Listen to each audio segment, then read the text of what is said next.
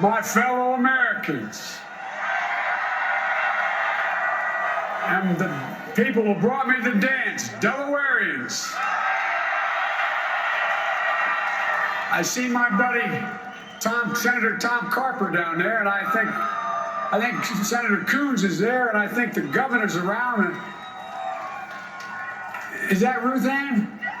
And that former Governor Ruth Ann Minner. Most importantly, my sisters-in-law, my sister Valerie. Anyway. Folks, the people of this nation have spoken. They've delivered us a clear victory, a convincing victory, a victory for we the people. We've won with the most votes ever cast for a presidential ticket in the history of the nation. 74 million.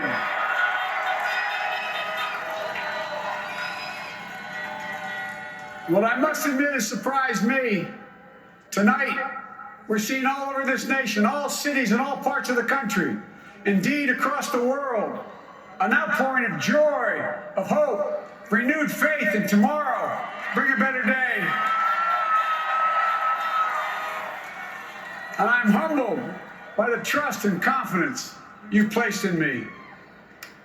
I pledge to be a president who seeks not to divide, but unify. Who doesn't see red states and blue states, only sees the United States. And work with all my heart, with the confidence of the whole people, to win the confidence of all of you. And for that is what America, I believe, is about. It's about people. And that's what our administration will be all about. I sought this office to restore the soul of America, to rebuild the backbone of this nation, the middle class, and to make America respected around the world again. And to unite us here at home. It's the honor of my lifetime that so many millions of Americans have voted for that vision. And now, the work of making that vision is real. It's a task, the task of our time. Folks, as I said many times before, I'm Jill's husband. And I would not be here without her love and tireless support of Jill and my son Hunter and Ashley, my daughter, and all our grandchildren and their spouses and all our family. They're my heart. Jill's a mom, a military mom, an educator. She has dedicated her life to education. But teaching isn't just what she does, it's who she is. For American educators, this is a great day for you all. You're going to have one of your own in the White House. And Jill's going to make a great First Lady. I'm so proud of her.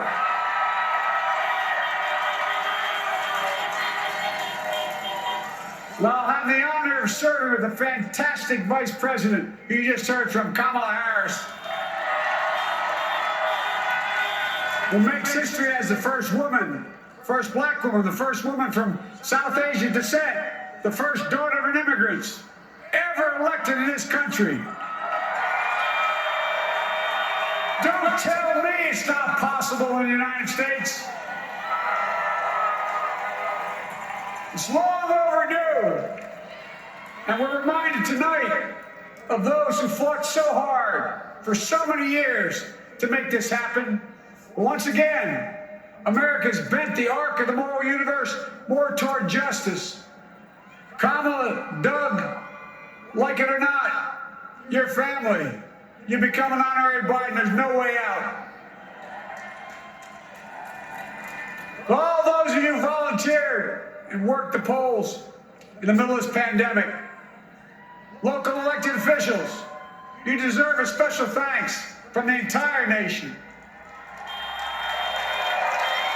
And to my campaign team and all the volunteers, and all who gave so much of themselves to make this moment possible, I owe you. I owe you. I owe you everything.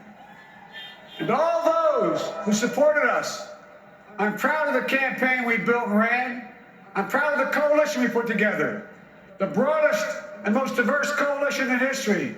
Democrats, Republicans, Independents, progressives, moderates, conservatives, young, old, urban, suburban, rural, gay, straight, transgender, white, Latino, Asian, Native American.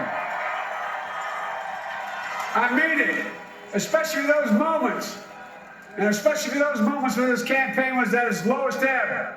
The African American community stood up again for me. You always had my back, and I'll have yours.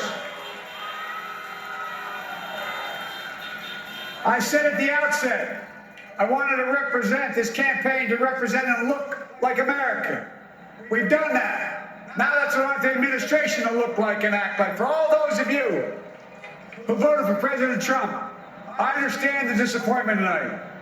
I've lost a couple times myself, but now let's give each other a chance.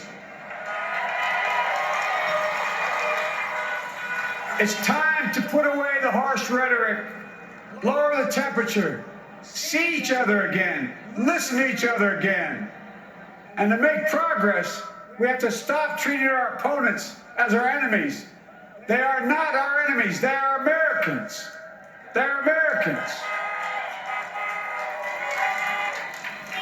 The Bible tells us to everything there is a season, a time to build, a time to reap and a time to sow, and a time to heal. This is the time to heal in America.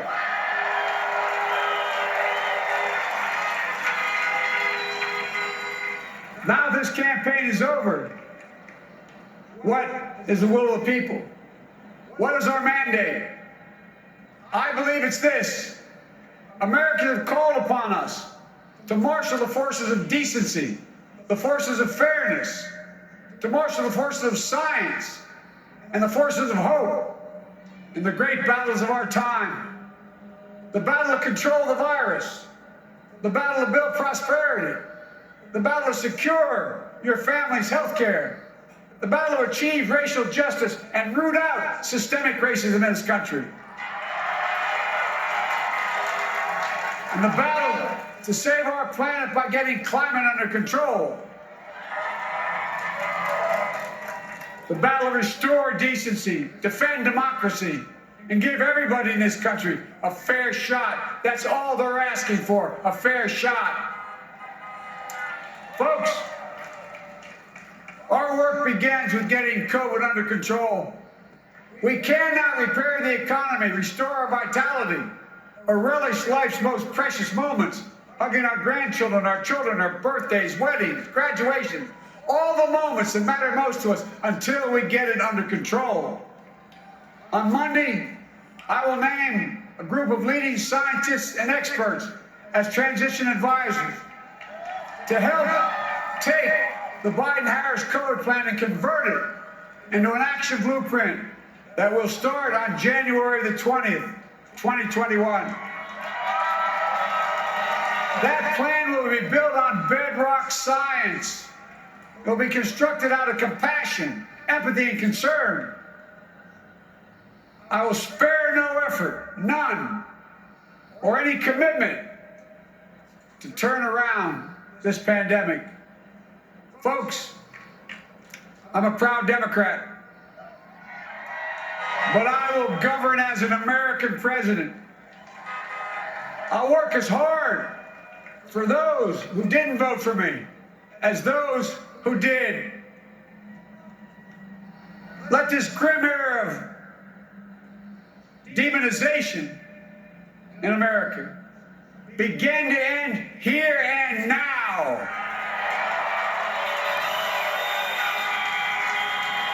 The refusal of Democrats and Republicans to cooperate with one another, it's not some mysterious force beyond our control. It's a decision, a choice we make. And if we can decide not to cooperate, then we can decide to cooperate. And I believe that this is part of the mandate given to us from the American people. They want us to cooperate in their interest.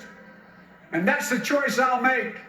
And I'll call on Congress, Democrats and Republicans alike, to make that choice with me. The American story is about slow yet steadily widening the opportunities in America. And make no mistake, too many dreams have been deferred for too long.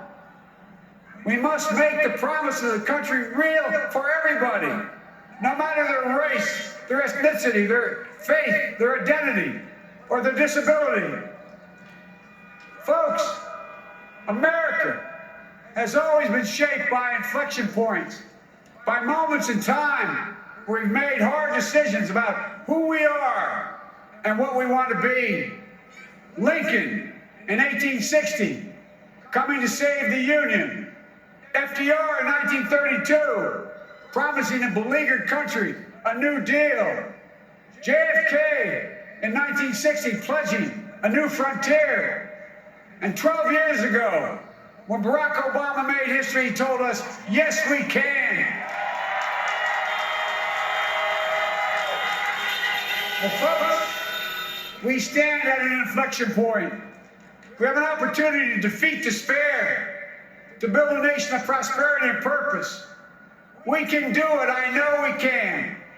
I've long talked about the battle for the soul of America. We must restore the soul of America.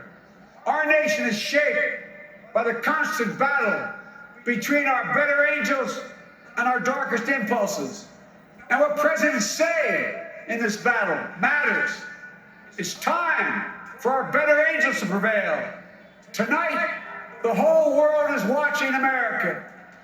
And I believe at our best, America is a beacon for the globe. We will lead not only by the example of our power, but by the power of our example.